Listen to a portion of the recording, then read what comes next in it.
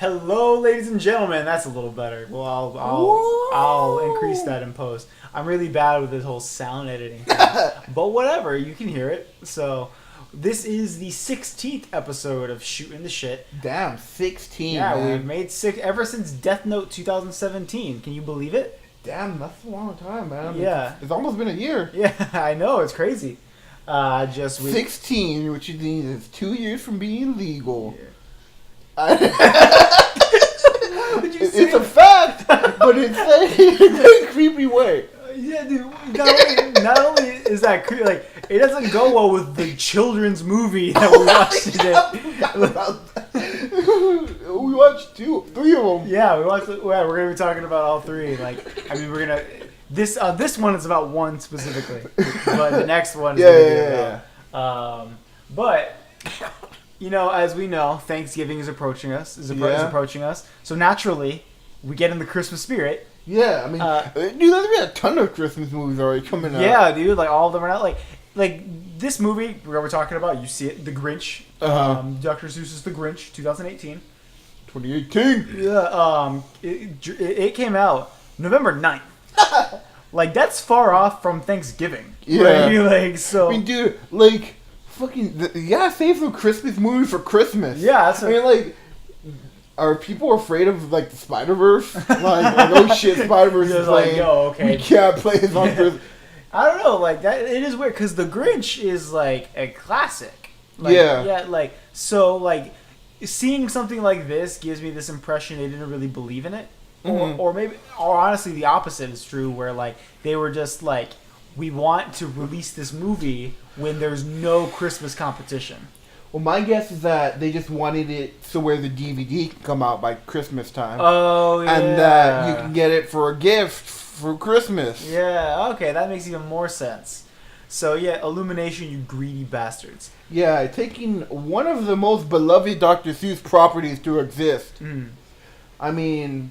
honestly, you might as well have just made green eggs and ham for all the difference it made. I'm surprised no one has. Honestly, they made a movie out of Horton Hears a Who. Yo, I want to see a fucking one fish, two fish.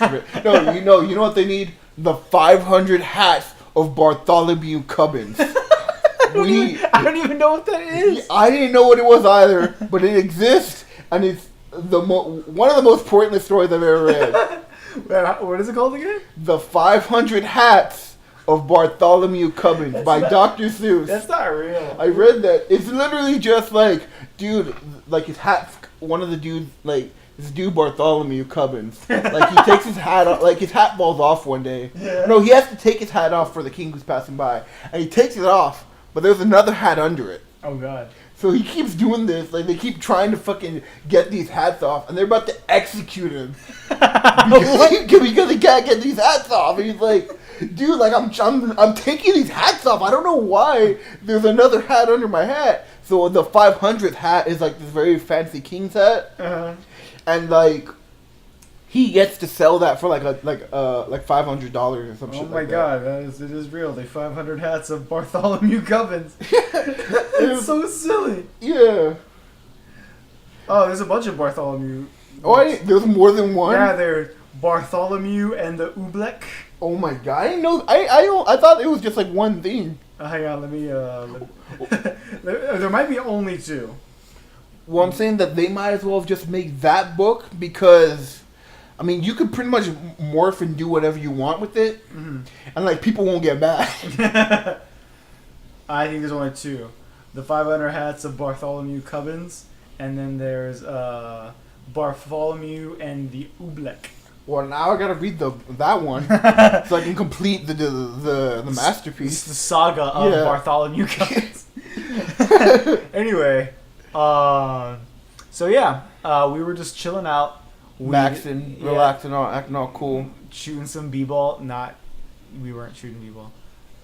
But but we were just chilling out, and I looked up online because I felt like going to see a movie. I was thinking of going to see Bohemian Rhapsody, but A, you already saw it. Yes, I did. B, I don't care. So There's nothing, honestly, in this world that means less to me right now. Oh, you know what? There is a movie that means less to me than Bohemian Rhapsody right now. Fucking A Star Is Born. I heard it was good. I mean, yeah, whatever. I heard Venom's good, and it's not. Venom. Did you enjoy my opener, by the way? I don't know if you've seen it. Which? Oh, yeah. Of the Venom podcast. Which one? What was it again? Because it's our normal spoilers and just oh my Venom.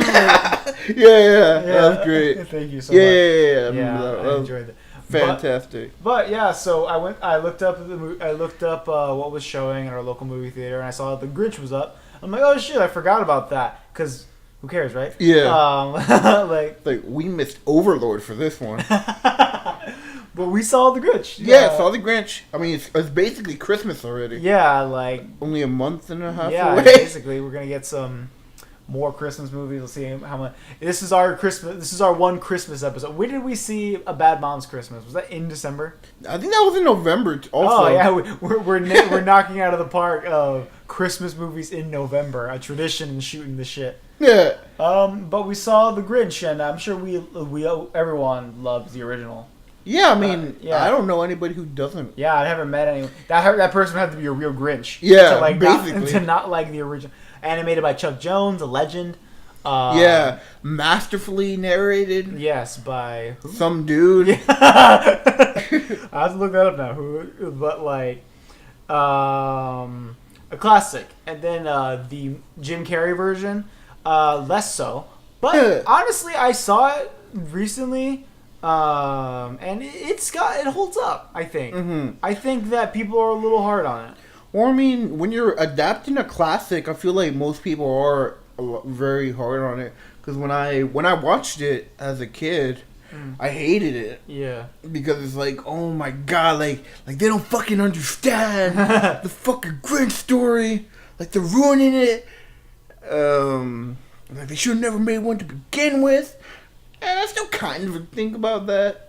Well, because I was watching it. The original was narrated by Boris Karloff, which I've heard the name. Maybe. I get that, but I just watched it, and I just could not see where all the hatred come from. Because you watch Mike Myers' The Cat in the Hat. Yeah. Oh, you get it. You understand. But I watched The Grinch with Jim Carrey. Mm-hmm. And seeing this movie, I couldn't really see any really horrible thing about it. It was corny, and people also didn't like how the hues looked. How the what looked? That was a little weird. I'll give it that. They are terrifying. Well, I think these hues in the movie didn't look who-ish enough. You know. I feel that. But yeah, I mean, and there's problems with the Grinch movie, but at the same time. If you take it as just a story, it's not terrible. Yeah, I think Jim Carrey steals the show. Mm-hmm. There's a lot. I saw this one little clip. It's just like how I feel at the weekend, and it's the Grinch. He was all going through his planner, hate him. It was all self-loathing on Saturday, hating myself Thursday. Mm-hmm. Have a free day, and just I don't know. There's a lot of quotables. There's a lot of nice, funny moments from Jim Carrey. Yeah, I think if you're gonna be mad at anything, you can't be mad at Jim Carrey's performance. Honestly, I think that's probably the saving grace of that movie. Mm-hmm. I think Jim Carrey put a lot into the role that he didn't have to. By no means. He could have given a by-the-numbers performance like a certain Benedict Cumberbatch. But we'll get there. We'll get to that. But I think there was a lot of energy and... Benedict Cumberbatch? Well, Benedict Cumberbitch, am I right? That's not where I expected you to go with that. Well, that's why it's so good. Unpredictable, man. But yeah, so I couldn't help but think about the Grinch has been adapted more than any Dr. Seuss property out there. Yeah, I guess so. Yeah, as of now, with the close second being the Lorax, but whatever. Yeah. But we're getting to this point where the Grinch has been adapted quite a few times to where you can almost see the evolution of the character. Uh-huh. And that's what I saw the most in this movie, and I'll have a big point about that as we go along. But let's get a little more into the movie. This was made by Illumination. aka probably the worst animation studio. Yeah. I mean, they made Minions and they just fucking ran with that shit.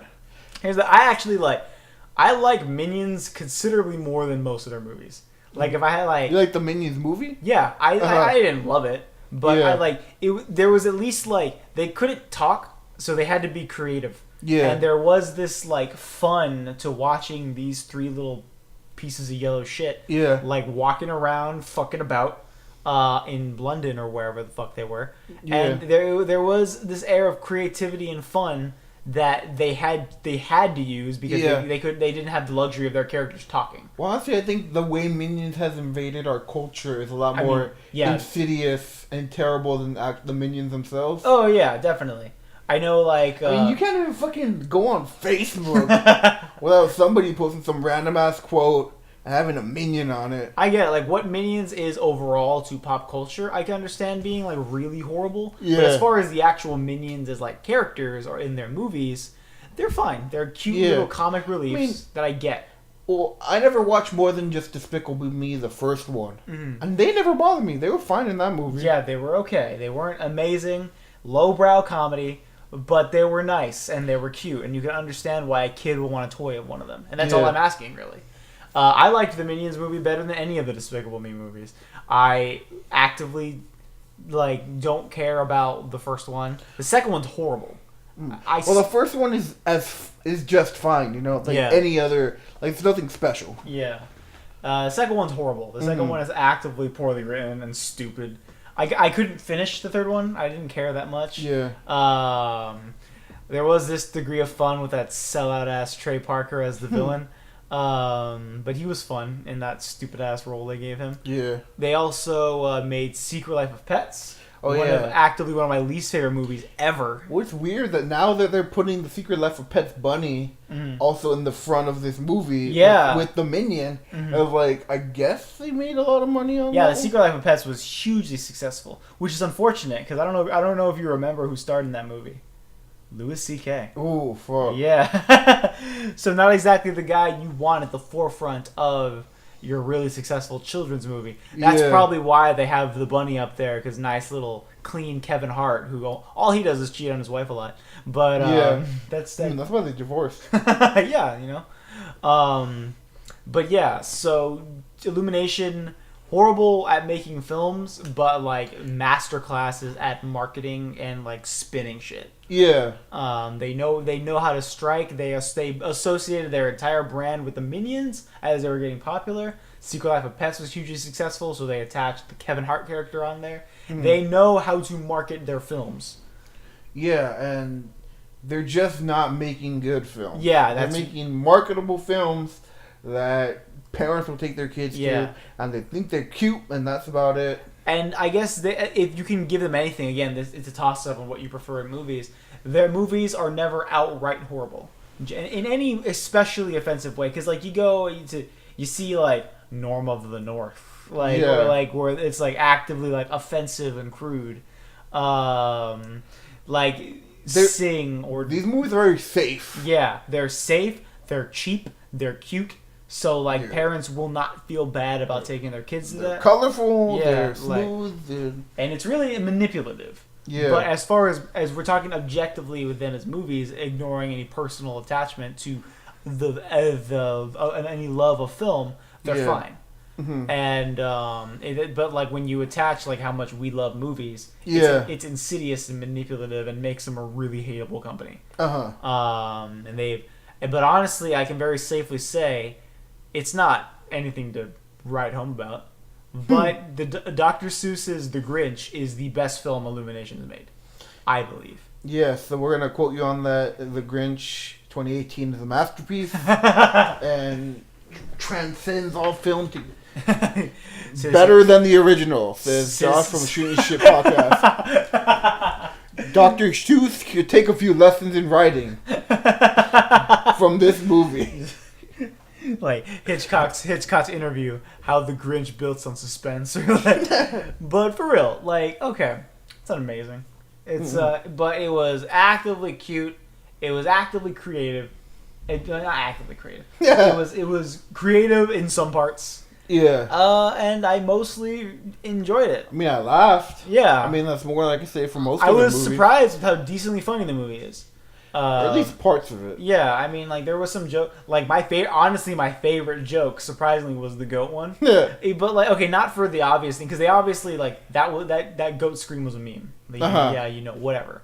But, ignoring that, they built up that joke really well. Yeah. Because they had the goat show up. He did the stupid meme goat yell, and then they fucked off, and I'm like, oh, that's unfunny, because that's it. All it was a meme. And then, like, later on, they showed him following, the goat following them, and they're like, whoa, they find reindeer, like, whoa, look at all this reindeer. Then the goat comes back and yelps, and all the reindeer run away. That was a really good joke. Yeah. They built up to it. Like, oh, shit, they paid off the fucking goat. Yeah. And they fade him off again at the end. We'll get there. To that. And my favorite joke. And then I have a favorite joke. Which is not something to fucking ignore. You know. Yeah, because I don't have a favorite joke in all of them. Is at the beginning when like he's shown emotionally eating and he's like just down that fucking plate of spaghetti and like you can tell like oh my god I'm not gonna fucking finish this. But he's still shoveling it in. Yeah, but it was creative. The best part of the movie was definitely like. The actual robbing of Christmas. Oh yeah, that was super fun. Yeah, it was very fun to watch all those like wacky inventions that he had. Because I know one of my big complaints from most like Dr. Seuss adaptations is they never really quite capture the wackiness of Dr. Seuss's inventions the way he did. Like, they can emulate it. Their general idea is, like, let's add a bunch of swirls to a thing that works. Where, like, you look at a Dr. Seuss invention, in my opinion, but when you look at them in the book, like, you look at it, you cannot fathom how that thing works. Like, just, like, that is not a functioning tool, and you should not be, and that's what makes it whimsical. Because it only exists in that world. Versus, like, the things in, like, their adaptations where I see them, and they're like, swirly and wacky, but I could see it. It looks more over designed. I guess in motion it looks a little too simple. Yeah, like it looks more over designed than it does wacky and otherworldly. But I think like the inventions that while they're not Seussian, they're really creative and cool. And I loved watching the Grinch use them. Yeah, just like watching him go from one house to the next with those giant fucking spring shoes. Oh, dude, the best part was candy cane lightsabers. Oh, yeah. Dude, he would, like, go into a house and pull out a big, like, person-sized candy cane and fucking cock it like a gun. And then it would light up and he can do shit with it. Yeah. He could, like, shoot it like a fucking hook shot and, like, turn it into a magnet. All-purpose, like, weird candy cane, like, tool. And it was cool as shit. Max was really adorable. Oh, yeah, Max. Honestly, Max is, like... iconically adorable. Yeah. Like he's even in the fucking the cartoon. Yeah, the original. Like he was super fucking endearing. Yeah. So it's kind of hard to make him unendearing. Yeah, well, because like this what Max is this like he's the partner in crime to the worst guy ever. Yeah. And like he's somehow like you have to find a balance with Max. Like I know we're having this really in-depth discussion on a fucking dog in a Christmas story for children, but like Max has like he's man's best friend, man. I mean, even if that man is kind of a dick. Yeah, I know what you exactly. Like he needs to be like he needs to be what makes the Grinch endearing. Like he has to be there to offer a nice little how nice to the negativity of the Grinch. So Max is really important. You can't cut Max. Yeah, and I think Max did great as this like foil to the Grinch who like would be on like a fucking sad or like mean streak and he's just there like playing along for his buddy but like just seeing good in him, and that's really nice. And so it's not something I really thought about until I saw this movie, the like importance of Max to the Grinch. I honestly, this movie had me thinking deeper about the Grinch as a character in general, because I noticed weirdly how the Grinch has evolved because as I said before the Grinch is a character that's existed since the 40s or like even before around that time, so like the Grinch is like evolved with us. So originally the Grinch was just this curmudgeon, hated Christmas, no other reason than he found it annoying. Like the noise, the lights, he hated it. Yeah. And then he's evolved to the Jim Carrey thing where he was kind of this like depressed dude who was angry at the world, which was very early 2000s. Like just like the world sucks, fuck the man, like kind of thing. Yeah. Like people were mean to me because of my appearance. They rejected me. And this Grinch now in 2018 was like at the end of the day he wasn't like definitely the least evil Grinch. Yeah. He was definitely like more anxiety driven than anything. Yeah, because sure. he was alone and isolated for the sake of his own good. And when he was in a group and he was mean to people, he was mean to people. But like when he was actually faced with emotional turmoil, he like seized up. Yeah. And like there's that scene where he falls out of the tree and he's just in a crowd of people and they don't care about him. And he seizes up and he's anxious because he was apparently the only orphan in that whole town. They built an orphanage for him, and then they didn't hire any staff to be in there either. I was surprised, like how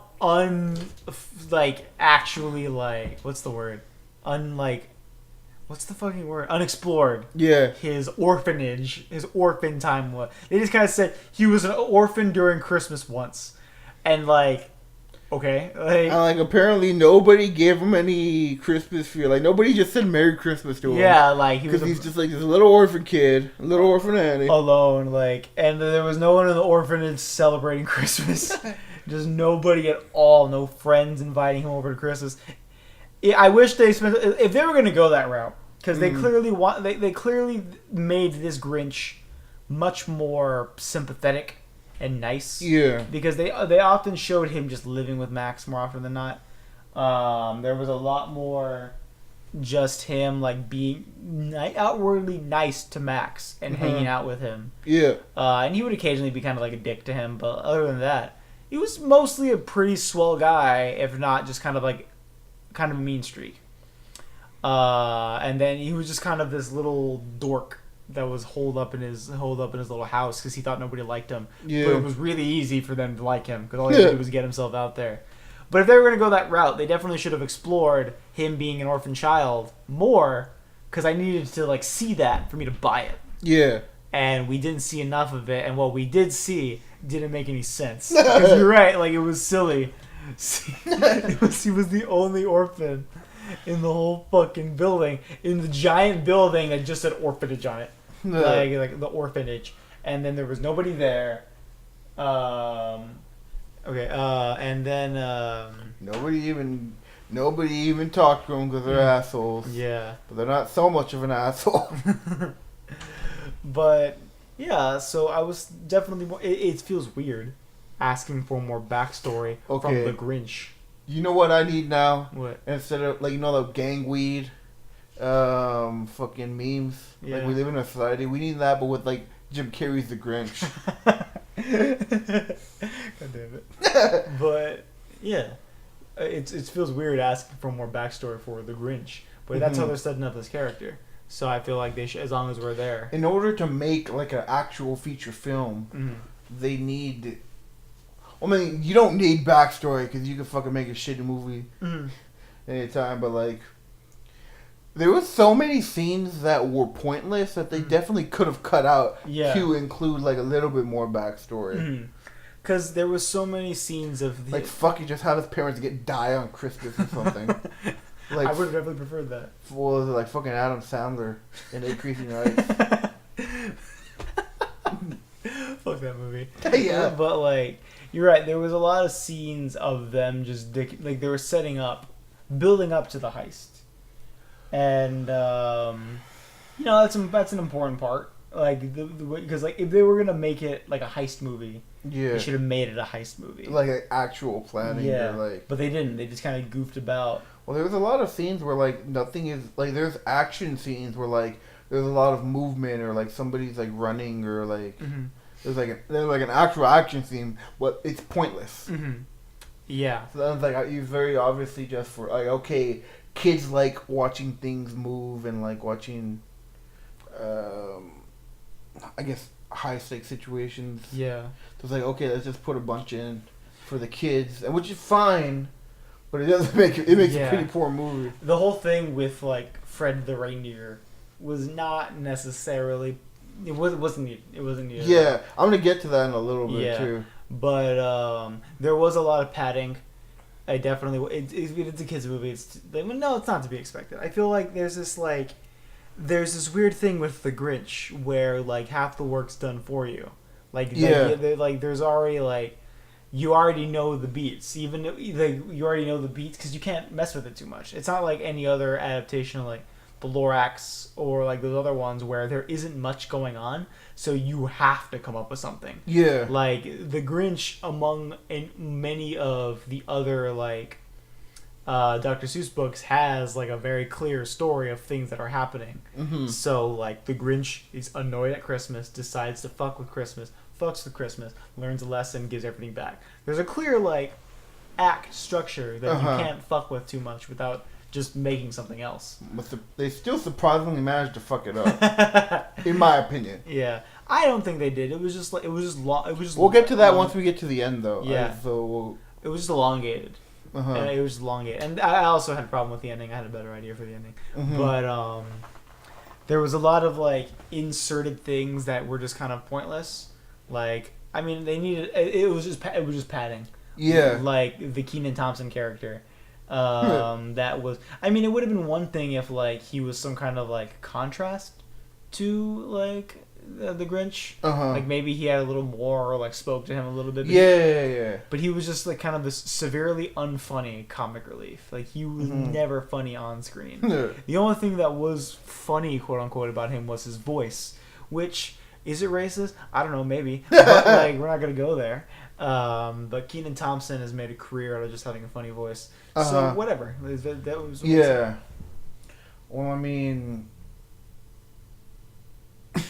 No, I mean that character is only again like there was a lot of padding. And it feels like certain scenes go on for way longer than they have to. Like it felt like the only thing he really contributed to the story, like he didn't even do it. Like, it was his house that had the sleigh that he wanted to steal. Yeah.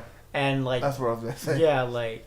we didn't need a character. There could have just been a... Like, because the conflict at that scene was the dog. So there didn't need to be him. You could have cut him completely and just had that dog attacking him and stuff, and it would have been fine. He was just padding, comedic padding. There's also like, I'm gonna test this sleigh out too, and like they have that whole scene, like, it works, and then like Fred goes away to be with his family, so it's like, why was Fred even here if he wasn't even gonna be? And it's in the fucking heist scene. I will respect that they paid that off a little bit, but like again, you could have cut it, and it just all went towards like. That was another when they pay it off. Is another thing I'm gonna get. Yeah, when we get there. That's the thing that like it's mostly a blessing and a curse. Like I enjoy like this new take on the Grinch that makes more sense with what people actually go through. Yeah. But like it was all at the cost of like any sort of villainy from the Grinch. Yeah. He was never really threatening, nor like what did I hate him, even though like they had the awful Tyler the Creator song. Yeah. Tyler, I love you, man, but like, God, what was that? I'll be honest, like, I was enjoying him being a dick in the beginning. And there was enough of that. There should have been a lot more of, like, they could have, like, again, like, cut out the padding, just add more scenes of him being a dick. Like that, like the scenes where like he was fucking with people, or he was in the store. The best one was definitely like when the lady couldn't reach the gem. Oh yeah. And then like, he just like got it for himself, and he put it back on top, and then knocked it off, and it fucking broke. Yeah. Like and then again, the best voice acting Benedict Cumberbatch did in this movie was that scene where he broke and he decided to like be the Grinch finally. Yeah. Where he was finally sinister. Because at that point, all he really had was that he plays an organ for fun. I don't know why, but like, so the Grinch wasn't ever villainous. I never really truly hated him, and even when he was like the entire time he was planning his heist, he was constantly like looking at families and being like, "Oh, look at them." And I think, like, that sort of backstory would have worked better if, like, we see that he's a dick, like, for, I don't know, like, maybe, like, 40% of it. Yeah. Then you learn that backstory. It's like, okay, he's a dick, but you kind of get it a little bit, you know? Like, oh, like, he just doesn't know how to interact with people, or, like, he has this idea in his head that everybody hates him. So, like, okay, I'm just going to be mean to everybody else so they won't hurt me back. And it's like, that would be a good, interesting dynamic, but that's just not explored enough because he's never a bad guy. Yeah, that's actually perfect. Like, they never hated him.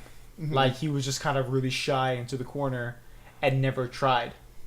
And then, so, like, you can't do that while also having him be a dick. Or if you have to be a dick, you need to explore how the two connect more.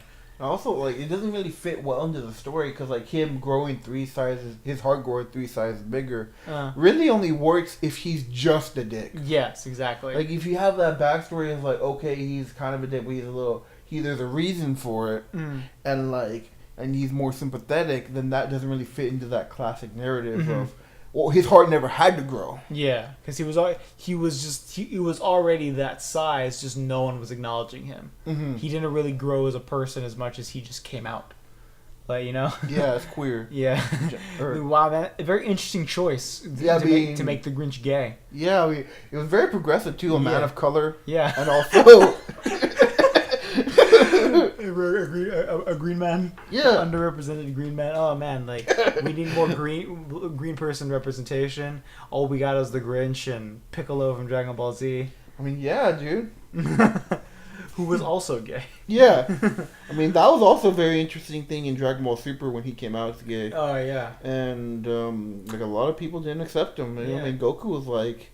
I mean, he really took that in a very negative direction. It was really powerful when, like, Goku got into the face of Piccolo and was like, shut up, and then Gohan came out and was like, hey, you don't talk to him like that. He's my dad. Oh, man. And then, like, things were getting real tense for a while. And and then, like, there was, like, that 6 episodes where Piccolo was, like, at, like, one of those, like, make 'em straight camps. So, like where that was, you know, it was especially weird when Mike Pence guest starred in that episode. Yeah. As like Mr. Satan's uncle. I don't know. Like, I think it was the best part was, like, the arc when Future Trunks came back to the past in order to save Piccolo because he was the one who was gonna lead the revolution. And Goku was gonna kill him. If I cut anything, I'm cutting out my use of that word. But yeah, I'm gonna bleep that. But, like, but no, yeah, that was a very interesting episode of Dragon Ball Super. That's really dope. Yeah. So we've yet to mention that, like, again, like, we go, like, there was a lot of padding in the Grinch's storyline. A lot of padding that wasn't there, and we'll complete that discussion when we get to the ending. But there was weirdly, like, there was another thing going on. Yeah, B plot with Cindy Lou who apparently is no longer no older than 2. Yeah, Cindy Lou has been way older than 2 for a long time. Yeah. Like, which is, like, that's the most defining character description. It's the only one she got. Yeah, and it's like, okay, let's just throw that shit out. But, like, so on the side, they followed Cindy Lou Who and her family. She had these 2 younger brothers and a mom voiced by Rashida Jones. And she had, like, this little band of misfit friends. And their whole thing was that Cindy Lou had a very hardworking, like, hip mom. She was all like, oh my god, I'm a nurse. Which, it looked like she was a nurse, right? Like, she was wearing scrubs in the scene. Yeah, I think so. Yeah, which is a call to how Rashida Jones played Anne in Parks and Rec, who was also a nurse. So interesting. Yeah, so that was probably intentional. Yeah. But yeah, so she had a very hard-working mom, but really upbeat about it. You know, she was happy. She was a cool mom who would, like, talk to her daughter in a really adorable way that wasn't, like, condescending.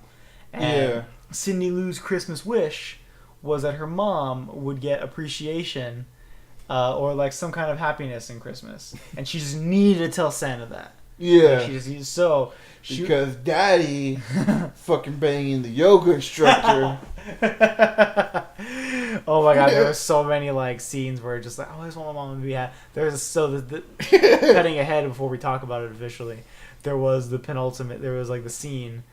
I keep wanting to use penultimate for the reason it's not actually, but like the scene where the Grinch and Cindy Lou interact, like she's asking the Grinch, can you help my mom? And then it just feels really, me and Pena looked at each other like, oh, I'll help your mom. And then like the next and then I'll help your mom. And then just the next scene is Cindy Lou smiling in her bed while there's just like bed rocking. And she's like, Santa's helping. They're jumping on the bed, having fun. And then like just like a really uncomfortable scene. The long scene of the Grinch plowing Cindy Lou Who's mom. He's like, yeah, that'd be great. Yeah, I'd be into it. Not like that. That would be an interesting direction to go in. Almost as interesting as in when Dragon Ball Super, when Vegeta went up to Bulma and asked if they could have a polyamorous relationship and engage in a huge foursome with, it was him and Bulma and Launch and then Frieza. Like, because they're friends now, I believe. Yeah, I think so. Yeah, I never watched that far into Dragon Ball. Yeah, I mean, I think that with going through this whole arc, they gave Frieza a redemption arc. Yeah. Like, Mr. 2 Genocides. Mr. Killed your entire monkey race. Mr. Literal Space, double space Hitler. Thank God he got a redemption arc. Like, I think people kind of forgot about that. Yeah.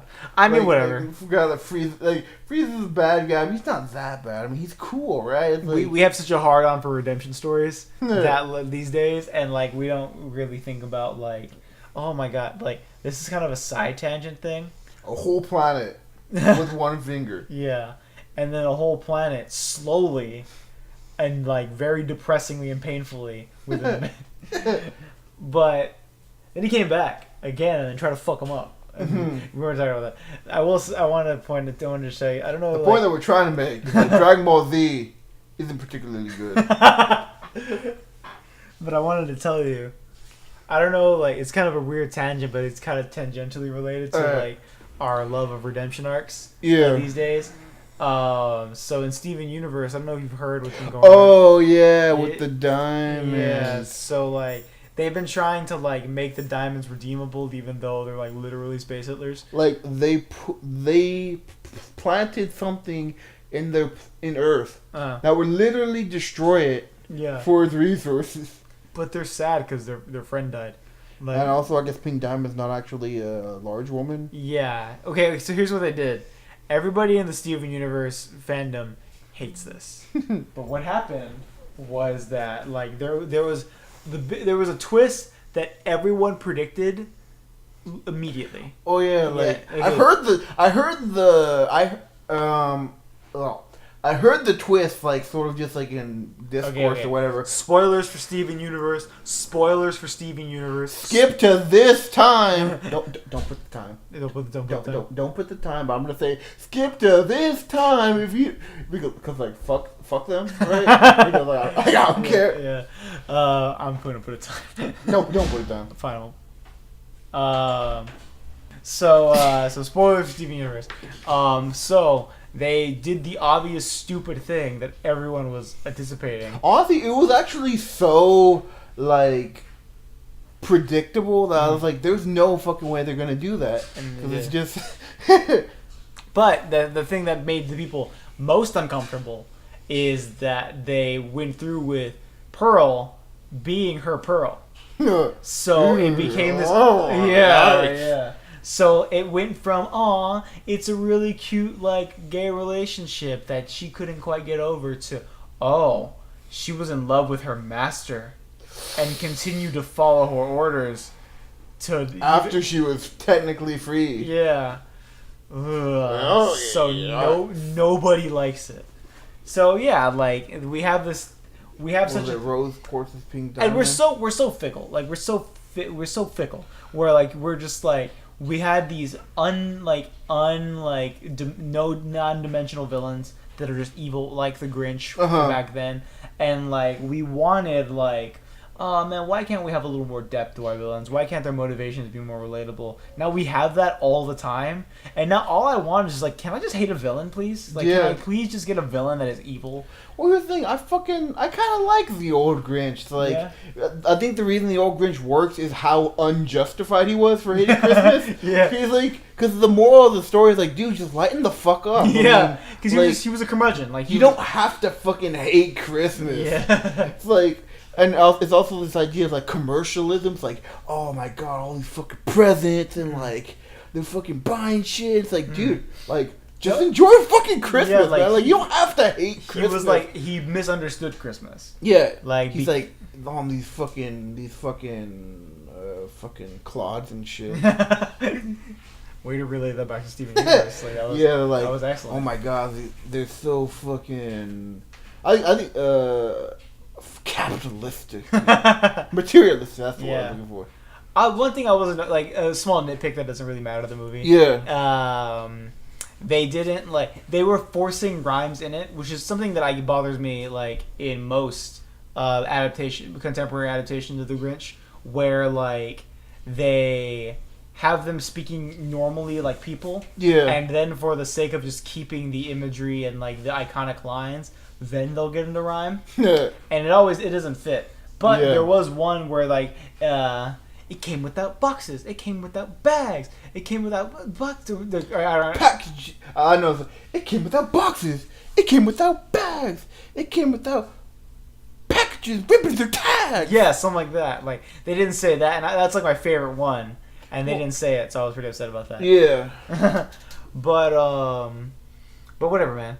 We got way off because we were talking about the family. Yeah. So they had this. How did we get to Steven Universe? I don't know because redemption arcs. So wait, who had the redemption arc in this movie? Nobody. I just was thinking about how the Grinch isn't really a bad dude anymore. Oh yeah, so I guess over time they gave him a redemption. Yeah. So I mean that was something interesting that like this was the first Grinch to apologize for what he did.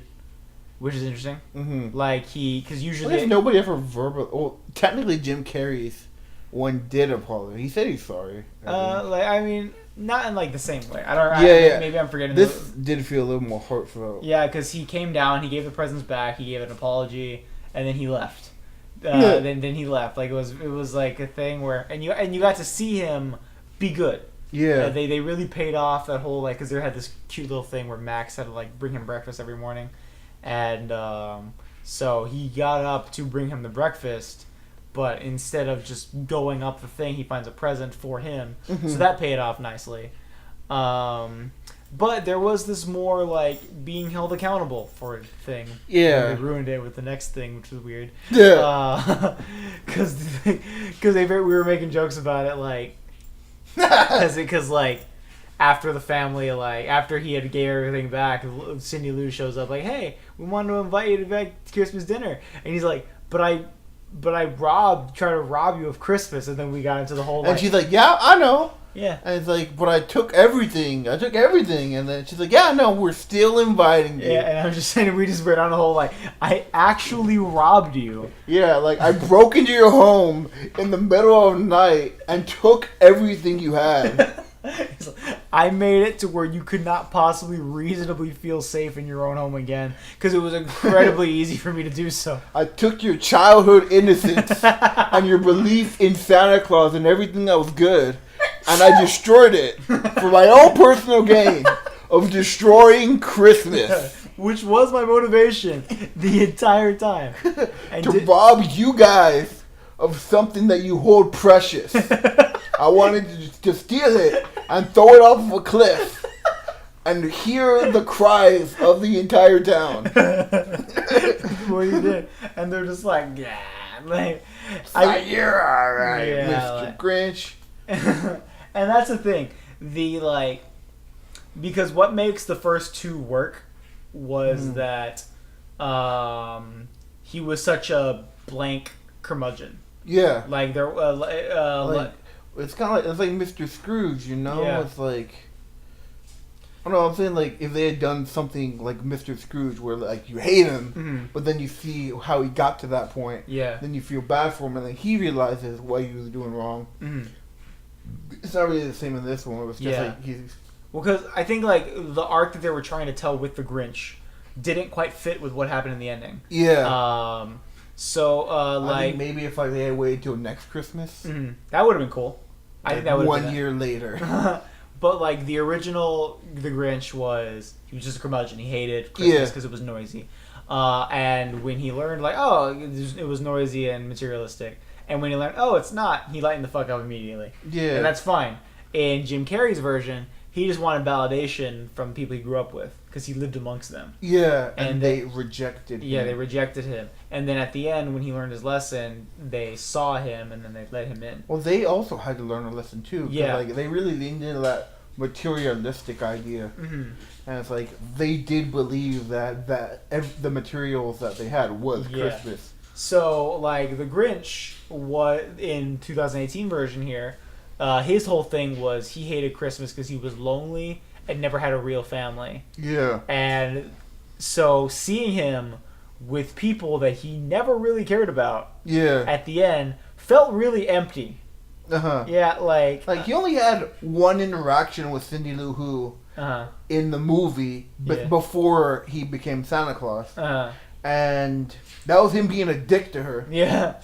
And the second one was he was lying to her face. Yeah, it's like Cindy Lou Who takes up a large portion of this movie, but she hardly interacts with the Grinch. That's the thing. Like as cute as we didn't mention it, like Cindy Lou Who and her little gang of misfit kids and their family are the best part of the movie. They should have just made a movie about them. Yeah, honestly. I mean, if ignoring like the Grinch's like robbing of Christmas as a standalone bit of animation. Yeah, we're talking about from a story standpoint. What's the best part of is watching their little band, and they're cute, they're funny. Their interactions with the mom are really nice. They're just adorable, endearing kids. Yeah, and watching them just dick about on Christmas. They dope ass Christmas light maze. Yeah, I'd be into that shit in a heartbeat. That was dope as fuck. And they were just so not at all connected to the Grinch. It felt like two different movies going around at once that kind of weakly connected in the end. And it didn't really materialize into any really satisfying payoff. Because again, that dinner scene at the end, it felt empty. It didn't feel earned because it didn't really go in tone with what the Grinch learned or what he was going through. Look at us analyzing the Grinch. I didn't think anyone would ever care this much, but here we are. Honestly, everybody kind of just will probably just write this off as a shitty remake by Illumination. And which it is, but I mean, there's more to it. And honestly, I think it might just be based on the original story. Yeah. And how you mentioned how it's evolved. We can definitely analyze how it's evolved. Yeah, definitely. And honestly, having it made by Illumination is probably the most relevant way that it could be reintroduced. Because they're the only ones cheap enough to actually try it. Yeah, basically. But so I think if I had to rewrite an ending. If we're gonna do that, if you had to include Fred the reindeer, it was clearly just another animal sidekick that they're gonna make toys out of and probably make decent money out of, decent cash out of. So what happens is that he needed a reindeer. He didn't immediately make Max the reindeer. Yeah. So there was a lot of shenanigans of them trying to catch a reindeer, which is part of the padding, and they catch this really fat one, and he's. I feel like most of the fucking second act was padding. Yeah, just a lot of him building up to honestly, they could have just cut to the part where he's making gadgets. Yeah, and that would have been interesting. But they spend so much time him getting the sleigh. This could have been an hour and a half movie. Is what we're saying. Well, because they made a whole thing about him jacking the sleigh, but they also established that he could build a lot of things. And they show that he fucking tinkered with the sleigh anyway. Yeah. Why they didn't just show him having the sleigh? It would have been just as effective. But you wouldn't have had a big old scene of him getting chased by a dog and stuff. Yeah. Here's another nitpick of mine that doesn't matter. But it's realistic, but fuck you, it was annoying. I hated constantly seeing the snow on their feet. I don't know if you noticed that, but it was constantly like you never quite saw like the Grinch's feet because they were always obstructed by snow or wind. Oh yeah. I know what you mean. Like their feet were always in the snow. Yeah, and of course when you step in snow, your foot's gonna get covered in it.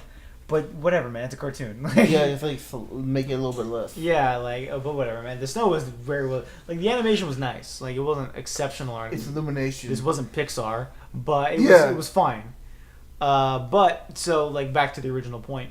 If you must include the fat marketable reindeer Fred, because what happened with him was that he was the reindeer that they captured. He was in the movie for a bit, and then out of nowhere they discover that Fred had a family, and then suddenly Fred is gone because he left. Like the Grinch, in an act of kindness, releases him and sends him back to his family. Yeah, contributed like to once again not vilifying the Grinch, but also cut Fred out of the movie for a lot of time, to the point where he felt pointless. Yeah. And then we get to the end, where he's about to fall with all the presents in that scene, but instead of like urging the strength of his own, the family, Fred's family, show up and they help him up. Now, like, what they should have done, in my opinion, with what we were given without completely rewriting the shit and cutting things, is that the Grinch's whole thing is that he was lonely and he never had a real family, and there was and he felt uncomfortable around the Who's because of the way they treated him. Like getting forgiveness or at least like acknowledgement from them would have been nice, but it should have ended with his real family, which should have been Max and Fred and his things.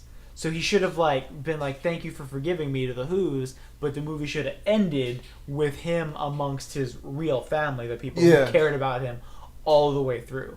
And that's how it should have ended. Instead of this really weirdly empty scene of him around people that he never liked and never really expressed any interest in liking. Yeah. Because in Jim Carrey's Grinch, that's what he cared about. Yeah, I guess this one's he was lonely, but at the same time, he didn't give a shit about anybody. Yeah, he didn't give a shit about the Who's. He cared about being alone in general.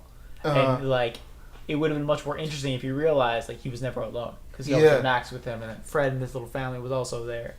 And maybe Cindy Lou could have dropped by.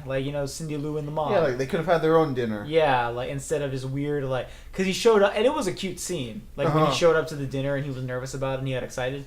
It was cute, and, it made sense with the character they created of him being nervous and him being trying. But it just felt empty and unearned. Yeah. And it wasn't part of the arc that they were trying to give the Grinch. I never thought I'd say that sentence. But, it's weird. I never thought I'd be caring so much about the Grinch. But I gotta say, as much as I'm not in love with it, but this movie got me thinking about the Grinch. Yeah. The thing that bothered me about this one is that there's a surprising lack of iconic moments, which just felt kind of odd to me. Yeah. They kept the ones that didn't fit. Yeah. But like the carving of the roast beast. But that doesn't fit in this fucking movie. Yeah. But it fits but they didn't keep the one where the Grinch gets the strength of 10 Grinches plus 2. Yeah. And fucking lifts that shit by himself. That's an iconic moment. Yeah. I was and really you just took that away from. And also that again, I guess it also wouldn't have really fit where he's what? Oh, honestly, the arc, when he's stealing Christmas. Honestly, that really didn't really fit either. Yeah. The idea something he had to do. No, I mean it's something he had to do, but it didn't fit in this story because fucking. What was I gonna say? Oh yeah, because at the end it was oh, I didn't steal Christmas. I just stole things. That materialistic theme really doesn't fit in this story. Well, because with the original, it was all just him being curmudgeon and whatever. But you're right. I didn't think of it like that. In Jim Carrey's, they both needed to learn a lesson. The Grinch thought that stealing Christmas meant stealing the materialistic stuff because the Who's treated the materialistic stuff was Christmas. So that was something that Jim Carrey's The Grinch did that was smarter than the original.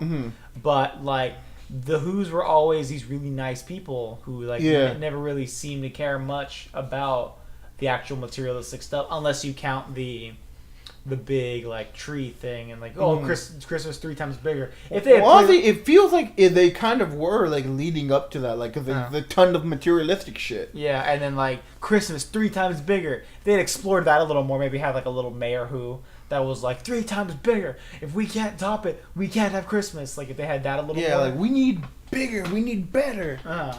but that wasn't there. So like him stealing Christmas was also pretty unearned. Yeah, I guess like this movie, like it was cute and functional, but like not really like aiming to do anything or say anything, or like really like just hit the bare minimum of how you make a Grinch adaptation. Yeah. Cause like fucking when that fucking song comes on, the Ahu Glory. Yeah. Like when that shit comes on in the original and he hears that shit, it's like a powerful fucking moment. Like holy shit, what the fuck? But in this one's just kind of like, I mean, what do you expect, really? Yeah. They didn't even really seem that upset. Like you know, the most hilarious part was when Cindy Lou Who comes out and it's like, guys, this was all my fault. It's like, what are you talking about? Well, I trapped Santa Claus so I can ask him to give my mom like happiness, but I guess he was mad at me, so he took everything. It's like, Cindy Lou, you ruined Christmas. You single-handedly. Oh, yeah, also the fucking minor nitpick again. Like, it's weird because like they kept iconic moments that don't fit, but like just didn't include some that would have been fine. Like when he pats her on the head and gives her a cup of water and he sends her to bed. Like, he doesn't give her a fucking cup of water. I mean, whatever, man. Again, like it's not something that matters, but like that's an iconic moment that they could have used easily, but they didn't. I know what you mean. For no reason. I also like that scene in particular was so like that scene was one that really got my head ticking of like. I mean, the actual scene that got me thinking about like, oh man, the Grinch has really grown.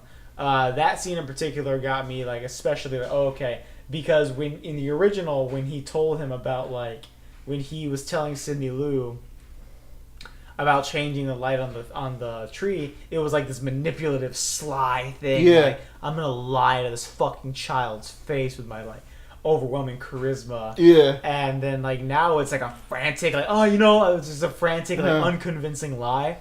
So like, man, we've really come a long way from that original Grinch. So that's just an interesting thing.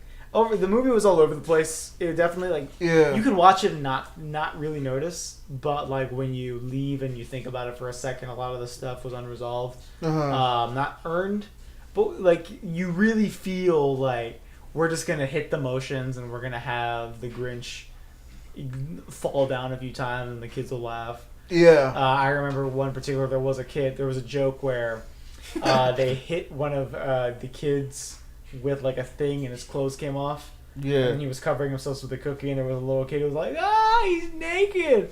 I was like, yeah, sounds about right. Yep. It was clearly made to be just, this is the Grinch. These are the beats that you must hit to be the Grinch. Yeah. Boom, there we go, in and out. You got your chuckles, you got the Grinch, like whispering, like, this is really loud snow. Like, and just being the Grinch. It was basically like watching this movie was basically like skimming the book. And like this is Illumination the Grinch. Yeah, that's exactly what you would expect. Yeah. Like again, like you mentioned, Illumination is never really terrible. It like hits the mark that it has to hit to be successful.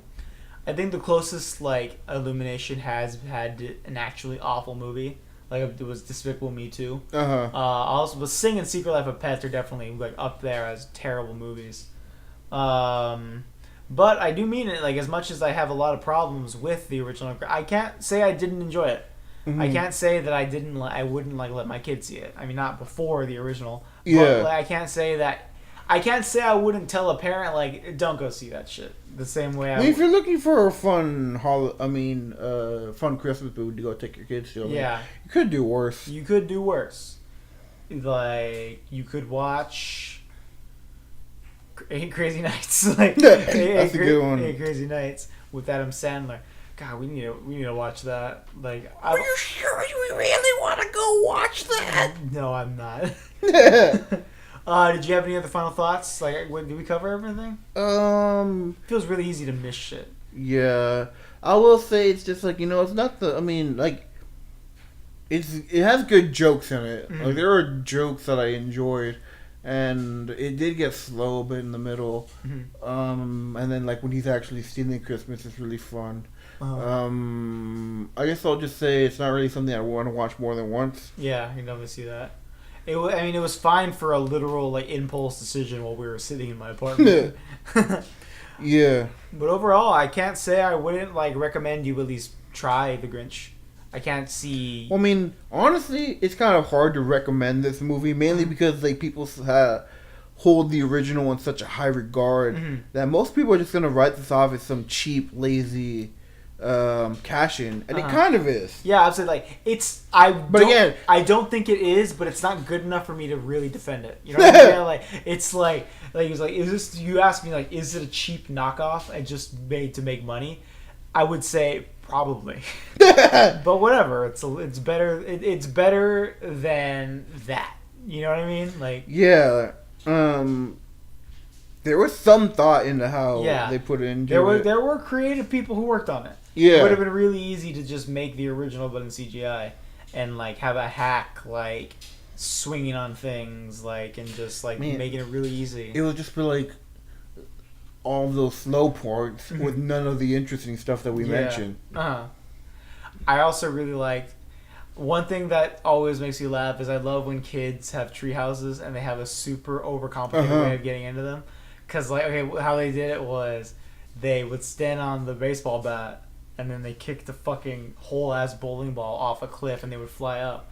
And I'm just thinking, like, how do you get that bowling ball back up? Like, you have to set that shit, just put a fucking ladder. Yeah. Like, just put a fucking ladder. It's like you stole your mom's bowling ball and your mom let you do it. I also like the joke of, like, the Grinch having, like, he's like, oh, my master plan, I've worked it out. Oh, yeah. And it's a giant chalkboard. You pull it down, it's just Santa Claus in the middle. Yeah. That was a pretty decent joke. Well, like I said, like, I mean, I've watched Illumination movies where I ain't laugh at all. Yeah, oh my god. Like, Secret Life of Pets was astonishingly unfunny. So was Sing. No, Sing had, like, one joke in it.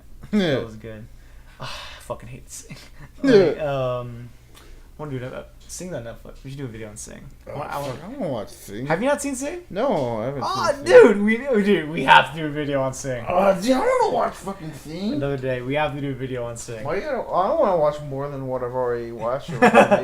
We're doing it. We're watching Sing next time. But until then, yep. Josh, this is, you tell him who you are. Yeah, I'm Pena. It's your boy Pena. If you want to hear more from us, you view us on our YouTube pages, link in the description.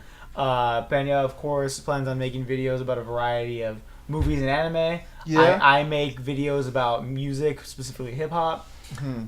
Continue to follow us here on Shootin' the Shit, where we talk about anything movies. And we will see you next time. Bye.